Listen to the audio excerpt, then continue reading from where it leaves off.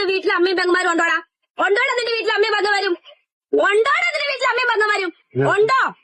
ഉണ്ടോടാ? പറ്റി ഞാൻ ക്യാമറ കാണിക്കണോ? കാണിക്കണോ ക്യാമറയില്? നിനക്ക് എന്റെ അനിയത്തിനോട് തുറന്നോടാ? വെള്ള കുപ്പായം വെള്ളം ഉടുപ്പിട്ടുണ്ട് വന്ന് ഇവിടെ കോപ്പറം കാണിക്കല്ലേ? കാണിക്കല്ലേടാ നീ? നിനക്ക് കാണണോ? നിനക്ക് കാണണോ? തെളിവെടുത്ത് വെച്ചിട്ടാണ് ഞാൻ എടുക്കണേ സംസാരിക്കുന്നത്. അച്ഛന്റെ പ്രായമായി പോയി കേട്ടോ. ഇത്രയും കൊണ്ട് ഒതുക്കിക്കോ. ഞാൻ പറഞ്ഞേക്കാം, സൈക്കിളിൽ ഒരു പരിധി കൊണ്ടാ. നീ കയറ്റി എവിടെ കയറ്റും? നീ തുണി അഴിച്ചോടാ നിനക്ക്? അഴിച്ചോടാ നിനക്ക്?